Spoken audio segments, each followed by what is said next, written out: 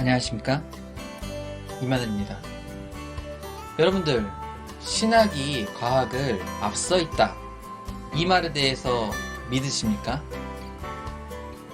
마치 성경은 과거의 구닥다리 같은 책이고 과학은 최신식의 어떤 이상적인 책이라고 믿을 만한 책이다 생각하신다면 오산입니다. 신학은, 이 종교는 정말로 과학보다 훨씬 더 앞서서 이 세계를 증명하고 있었습니다. 그것을 확인시켜 드리겠습니다. 바로 가시죠. 과학을 통해서 만물을 보는 눈이 넓어지고 굉장히 정확해지죠. 그러면서 경서라는 것이 얼마나 정확한 글인지 또 깨닫게 되었던 것 같습니다. 한 가지 예를 들어볼까요? 지구는 굉장히 큰 우주라는 공간에 이렇게 떠 있죠. 그리고 이제 매달려 있는 형태로처럼 보입니다. 우주라는 공간에서 보면 지구는 이렇게 공간에 매달아 놓은 것처럼, 공간에 이렇게 허공에 떠 있는 것처럼 이렇게 보이죠. 지금에서는 이런 것들이 상식입니다. 우주라는 공간을 이해하고 있고 또 인공위성을 띄워서 그때 그 모습들을 보게 되고 관측하게 되니까 그래서 인정하고 받아들이게 됩니다. 하지만 과거에는 그랬을까요? 우리가 지구가 둥글다고 주장한 것도요, 지금으로부터 약 2400년 전에 아리스토텔레스에 의해서 주장되기 시작했습니다. 더더욱이 3500년 전에는 사실은 지구가 둥글고 우주라는 존재에 대해서 전혀 인식할 수가 없었던 때였죠. 고대 시절에는요.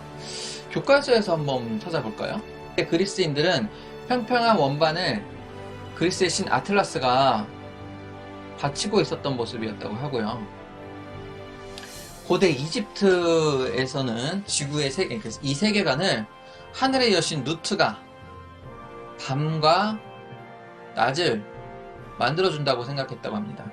또 고대 인도에서는 커다란 이 보와 뱀이 있고 그 위에 거북이가 있고 그 위에 코끼리가 있어서 그 코끼리 위에 이 땅이 존재한다고 믿었죠. 또 먼 바다를 나가지 못했어요. 왜 못 나갔냐면 그 이제 수평선 있잖아요. 그 수평선이 끝나는 지점에 이제 낭떠러지가 있고, 글로 이제 폭포처럼 이렇게 낭떠러지가 있고, 글로 이제 떨어지면 이제 괴물한테 잡혀먹는다. 세계관이 그랬습니다. 지구가 둥글다고 생각도 못했습니다, 그때는. 그런데 구약 성경의 욥기서에 가서 보면 욥기서는 지금으로부터 약 3500년 전에 욥이라는 분이 하늘의 감동으로, 성령의 감동으로 하나님의 명령대로 하나님이 알려주셔서 그 내용을 적어 놓은 것이 욥기서입니다. 욥기서 26장 7절에 가서 보니까 그는 북편 하늘에 허공을 펴시며 땅을 공간에 다시며 이렇게 기록이 되어 있습니다. 그러니까 땅을 공간에 달았다는 거예요. 또 허공이라는 공간에, 허공이라는 곳에 하늘과 땅을 달았다는 거죠. 그러니까 마치 우주 공간에 이 지구가 달려있는 형국을 이렇게 표현해 놓은 겁니다. 근데 그때 당시 세계관하고는 전혀 달랐던 거죠. 그러니 지금으로 생각을 해보면 참 그때 당시에는 참 이상한 세계관이다 라고 생각할 수 있었겠지만, 지금 시간이 지나고 나서 보니까 그 말이 맞는 거죠. 그러니까 그때 당시의 과학하고는, 그때 당시의 지식하고는 비교할 수 없을 정도로 정확했던 지식입니다. 지구는 자전하면서 공전을 합니다. 태양을 이제 공전을 하죠. 그런데 이 태양도 은하계를 중심으로 공전을 합니다. 이때 태양이 움직이는 이 길을 태양의 길, 황도라고 합니다. 황도, 12황도라고 해가지고요. 이 12황도라고 해서 이 한 개의 별자리, 그러니까 12개의 별자리가 있는데 이 한 개의 별자리를 옮겨갈 때 걸리는 시간이 약 2000년이 걸린다고 합니다. 그리고 이때 이동 속도는 초속 약 217km라고 합니다. 그러니까 1초에 약 217km를 이동한다는 거예요. 1초에. 그러니까 이제 우리가 가장 빠른 이제 KTX도 서울에서 부산까지 이제 뭐 한 2시간 걸리잖아요. 2시간 좀 넘게 걸리잖아요. 그런데 이거는 2초 만에, 2초가 안 걸리는 시간에 1.5초 만에 서울에서 부산을 갑니다. 그만큼 엄청나게 빠른 속도로 움직이고 있는 거예요, 이 태양이. 그런데 이 태양을 따라서 지구도 공전하면서 또 그 지구가 자전까지 하고 있습니다. 이 우주의 공간은 얼마나 큰 걸까요? 이렇게 빠른 속도로 움직여도 한 자리 도는데 2000년이 걸리는데, 그럼 12황도를 다 돌려면 2000 곱하기 12, 그죠? 그럼 원래 한 바퀴 돌려면 몇 년이 걸리는 거예요? 네, 24,000년이 걸립니다. 24,000년. 24,000년이 걸려야 한 바퀴를 도는 거예요, 태양이. 얼마나 거대한 그 우주 공간이 있겠는가. 또 그런 은하계가 수없이 많죠. 우주라는 공간은 우리가 상상하는 것 이상의 엄청난 공간입니다. 지구는 1666km/h로 자전을 합니다. 그리고 지구는 116,780km로 공전을 합니다. 공전. 또 은하는 태양이 아까 초속 217km를 시속으로 환산해 보면요, 78만 1200km/h입니다. 이 속도는요, 우리가 이제 초음속 제트기가 한 1000km/h 정도 되거든요. 초음속 제트기가. 그 초음속 제트기보다 780배가 넘는 속도로 돌고 있는 겁니다. 이게 계속 이제 회전을 하다 보니까 엄청난 속도로 움직이기 때문에 모든 생명체는 이 나선형의 힘 안에서 자라나게 됩니다. 그래서 식물의 꽃이라든지 개화라든지 식물이라든지 아니면은 어떤 사람의 그 가르마 같은 경우에도 이렇게 나선형이죠. 모든 자라나는 것들이 이 나선형의 기운 안에 갇혀 있는 것을 볼 수 있습니다. 그리고 이제 물에 이렇게 잉크를 떨어뜨리면 이제 회전도 하고, 또 이제 비행기를 보면은 이제 그 제트기류가 형성되죠. 이것도 나선형으로 되고요. 또 밤하늘의 별을 보면 별자리가 이렇게 회전하는 모습을 볼 수가 있죠. 지구가 태양을 중심으로, 또 이 태양이 은하를 중심으로 시계 반대 방향으로 회전을 하게 됩니다. 그러니까 시계 반대 방향으로 공전을 하는 거죠. 그래서 사람들이요, 시계 반대 방향으로 뛰어야 그 회전과 맞닿기 때문에 수월합니다. 그래서 이제 올림픽 경기도 보면 이제 반시계 방향으로 뛰잖아요. 그런 것들이 다 이유가 있는 거죠. 그냥 뛰는 것이 아니라 다 이유가 있는 것입니다. 그리고 옛날에 이제 글자도 오늘날처럼 그렇게 돼 있지 않고 오른쪽에서 왼쪽으로 써내려갔거든요. 읽기도 그렇게 읽었고요. 그런 것들이 다 이런 별자리의 이동과 또 이 나선형의 기운과 관련이 있는 것입니다. 근데 태양이 이렇게 공전하고 있다는 것은 사실은 지구가 태양을 도고 있다는 것조차도 최근에 밝혀진 건데, 태양 또한 은하계를 중심으로 움직이고 있다는 것은 생각을 잘 못했거든요. 근데 지금으로부터 약 3000년 전의 시편에는 태양이 달린다라고 표현이 된 부분이 있습니다. 시편 19편 5절에서 6절에서는 해는 그 방에서 나오는 신랑과 같고 그 길을 달리기 기뻐하는 장사 같아서 이렇게 기록이 되어 있습니다. 그리고 하늘 이 끝에서 나와서 저 끝까지 운행함이며 온 기에서 피하여 숨은 자 없도다 이렇게 나오는데, 그 길이 있대요. 태양이 달리는 그 길이 있고 하늘 이 끝에서 저 끝까지 운행한다 나옵니다. 그러면 태양이 움직이고 있다는 것을 표현한 거죠. 물론 영적인 의미가 따로 있습니다. 하지만 육적인 이치를 들어한 말씀이기 때문에 3000년 전에 시편에 기록된 하나님의 말씀 안에는 기본적으로 태양이 달리는 길이 있고 태양이 움직이고 있다라는 것을 전제로 깔고 가는 거예요. 이것이 있다라고 알려준 게 아니라 이것은 기본적으로 아는 상식이다, 그렇기 때문에 이런 거다라고 알려주시는 거예요. 해가 달리는데 그 길에서 달린대요. 그러니까 길이 있다라는 거예요. 길이. 또 이 지구가 어떻게 구성되어 있는지는 사실은 잘 몰랐습니다. 이 내부 구조가 어떻게 되어 있는지는. 근데 이제 아시다시피 피파, 에스파, 지진파를 연구를 했다 보니까 이제 땅을 파내려가서 육안으로 보는 형태가 아니라 이제 지진파로 이제 연구를 했던 거죠. 왜냐면 한계가 있기 때문에 땅을 파는 거는. 그래서 이제 지구가 얼마나 크고 지구 내부 구조는 어떻게 돼 있을까 이런 걸 지진파로 연구를 했는데, 그게 1905년도에 멘틀이라는 것을 발견하게 됩니다. 그리고 1930년도에 외핵이라는 걸 발견하게 되고요. 1935년도에 내핵이라는 것을 발견하게 됩니다. 지각, 지각을 판이라고 하죠. 판. 지각을 판이라고 하는데 이 부분을 우리가 약 한 90km, 100km까지를 지각이라고 합니다. 그리고 그 밑에 약 2800, 900 요까지가 멘틀이라고 합니다. 그래서 상부 멘틀, 하부 멘틀 이렇게 나누게 되고요. 그 다음에 그 안쪽에는 이제 외핵이 있고 또 그 안쪽에는 내핵이 있죠.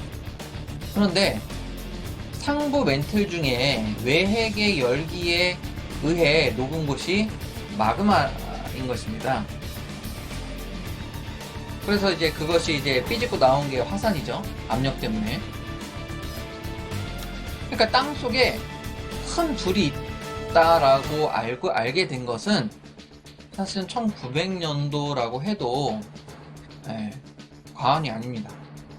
그러니까 예전에 막 화산 폭발하면 안에 그 지각 안에 땅 속에 불이 있어서가 아니라 뭐 무슨 신이 노하셨다, 아니면 뭐 천재지변이다, 이제 그 정도만 했지. 막 그 진짜 그 속에 막 끓는 몇 천도의 불이 있고 이런 거는 몰랐거든요. 그런데 이건 역시 3500년 전에 욥기서에 보면 땅 속에 불이 있다고 기록이 되어 있거든요. 욥기서 28장 5절에 가서 보면 지면은 식물을 내나 지하는 불로 뒤집는 것 같다 이렇게 나옵니다. 지면은 이제 식물을 내지만 지하는 땅 속은 불이 있다라는 거예요. 그걸 이제 그러니까 욥기서에 3500년 전 욥기서에 기록이 된 걸 보니까 이거는 너무나 앞서 있는 거죠. 또 공기는 무게가 있습니다. 지금은 다 아는 상식이었지만 예전엔 그렇지 않았죠. 공기의 구성 요소도 몰랐고 공기라는 것 자체가 입자 형태로 되어 있다는 것조차도 몰랐습니다. 그러니 무게가 있다는 것 또한 이해할 수 없는 형태였죠. 하지만 성경에는 이 또한 또 기록이 되어 있습니다. 사실 공기의 무게에 대해서는 1643년 토리첼리 실험으로부터 좀 인식을 하게 됐거든요. 욥기서 28장 25절에 가서 보면 바람의 경중을 정하시며, 그러니까 바람의 경중을 정하시며 이렇게 나옵니다. 그러면 바람, 그러니까 공기죠. 공기의 무겁고 가벼움이 정해져 있다라는 거예요. 그럼 공기에도 무게가 있다라는 표현이 기본 상식으로 가는 겁니다. 그러니까 요배 시대 때도 그때 당시의 과학으로는 알 수 없었던 것들이 다 성경에는 있었던 거예요. 또 이 심해에 가면요, 최근에 이제 뉴스에 나왔는데요, 이제 심해에 가면 그 땅 속에 이제 열이 있다고 했었잖아요. 뜨거운 이제 마그마가 있고. 근데 이제 그러다 보니까 이 뜨거운 그 열기에 의해서 이 뜨거운 물이 나오는 셈이 있습니다. 그 바닷속에요. 그로 인해서 이제 생태가 형성되는데, 이제 그 열에 의해서 물이 나오다 보니까 그 안에 있는 광물질도 나오게 되겠죠. 그래서 거기 새로운 생태계도 형성되고 또 지하 자원도 생기게 됩니다. 그것을 지금 현대의 말로는 열수 분출공이라고 합니다. 이것이 심해 음파 탐사를 하다가 1960년대에 알게 됐어요. 그러니까 1977년도에 미국의 엘빈 심해 잠수함이 촬영을 하게 되고요. 1960년대에 그런 존재에 대해서 알게 된 거죠. 근데 욥기서 38장 16절에 가서 보면 내가 바다 근원에 들어가 봤느냐 물밑을 걸어 봤느냐 이렇게 내용이 나와요. 그럼 바다 근원이라는 표현이 나오는데 Spring of the Sea라고 해서 바다의 샘이라는 표현입니다. 바다의 샘, 근원이. 그러니까 아주 깊은 바다에는 샘이 있다라는 거예요. 근데 어찌 그 시절에 아주 깊은 바다에 샘이 있다라고 상상을 할 수 있었을까? 들어가 본 적도 없는데 그냥 바다면 바다지 무슨 샘이 있어? 그죠? 근데 지금 이때에 알게 된 정보가, 이 지식이 아주 옛날에도 알 수 있었다라는 거죠.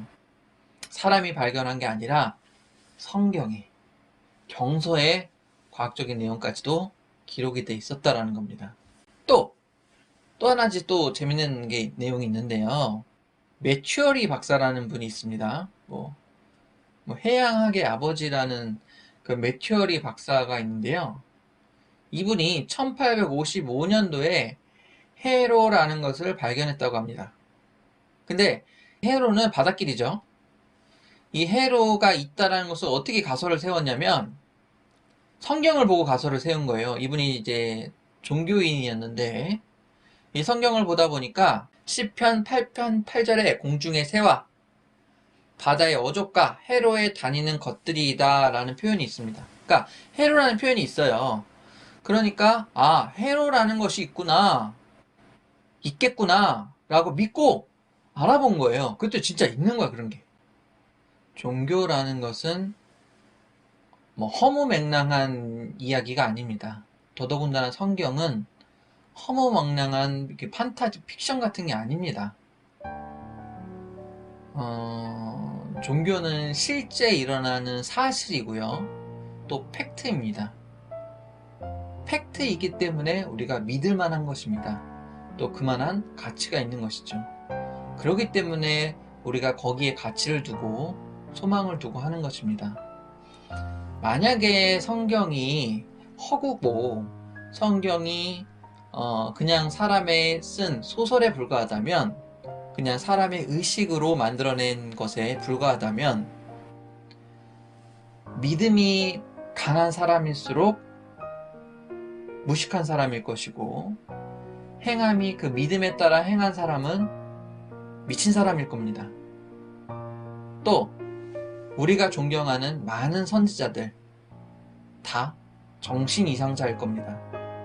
허구라면요. 하지만 성경은 진짜입니다. 정말 진실이고 진리입니다. 그래서 성경은 그 읽을 가치가 있는 것이고 반드시 깨달아야 되는 경서인 것입니다. 요즘 코로나가 너무나 많은 피해를 입히고 있습니다. 이것 또한 만물을 지으신 이가 하나님이시기에 신의 개입이 있다면 더 빠르게, 더 획기적으로 이겨낼 수 있을 거라 믿습니다. 사람의 능력으로만, 사람의 힘으로만 가능하다고 생각할 수도 있겠지만 사람의 노력도 분명 필요하지만 우리가 먼저 신 앞에 낮아지고 겸손해지고 또 신을 찾는 그런 마음이 있다면, 또 그분에게 의지하는 그런 마음이 있다면 신도 두 손 두 발 놓고 가만히 보고만 계시지는 않을 것입니다. 그랬을 때에 모든 것이 제자리를 찾을 거라 믿습니다. 신약 개발과 백신 개발은 그 일을 전문적으로 하시는 분들이 하시고 저희들은 각자의 처소에서 각자 맡은 그 일을 다하며 각자 기도하며 또 하나님께 의지했을 때 또 저희들에게, 이 인류에게 이 코로나를 극복할 수 있는 힘을 또 지혜를 주실 거라 믿습니다. 도를 깨닫는 것은 나 자신뿐만 아니라 하나님과 또 내 주변에 있는 모든 사랑하는 사람들을 위해서라도 꼭 필요한 일입니다. 한 가지 예를 들어보면 하나님이 소돔과 고모라의 땅을 불로 심판할 때에, 그 지역을 불로 다 태워버리실 때에 아브라함이 하나님께 마음이 안타까워서 너무 안타까워서 하나님께 부탁을 합니다. 이곳에 의인 50명만 있다고 한다면, 또 30명만 있다고 한다면, 10명만 있다고 한다면 제발 이곳을 멸하지 말아달라. 그 소수 인원을 보시고 그 다수가 악하더라도 그 소수의 인원이 선한 자가 있다면, 의인들이 있다면 멸망시키지 말아달라. 그렇게 간청합니다. 하나님께서는 알겠다 하시죠. 하지만 그런 사람이 없었습니다. 그렇기 때문에 멸망시키셨죠. 내가 한다고 뭐가 달라지겠어? 아닙니다. 나 하나람도 하나님의 말씀을 잘 깨달아서 의인이 된다면 이 세상에 임할 재앙을 하나님은 명쾌해 주실 수도 있지 않겠습니까? 나 하나 열심히 해서 혹여라도 이 재앙을 명쾌할 수만 있다면 노력해보는 것도 좋을 것 같습니다. 부디 기운 내시고요. 파이팅 했으면 좋겠습니다. 그리고 이번 기회에 성경을 조금 더 알아가는 그런 기회로 삼으셨으면 좋겠습니다. 감사합니다.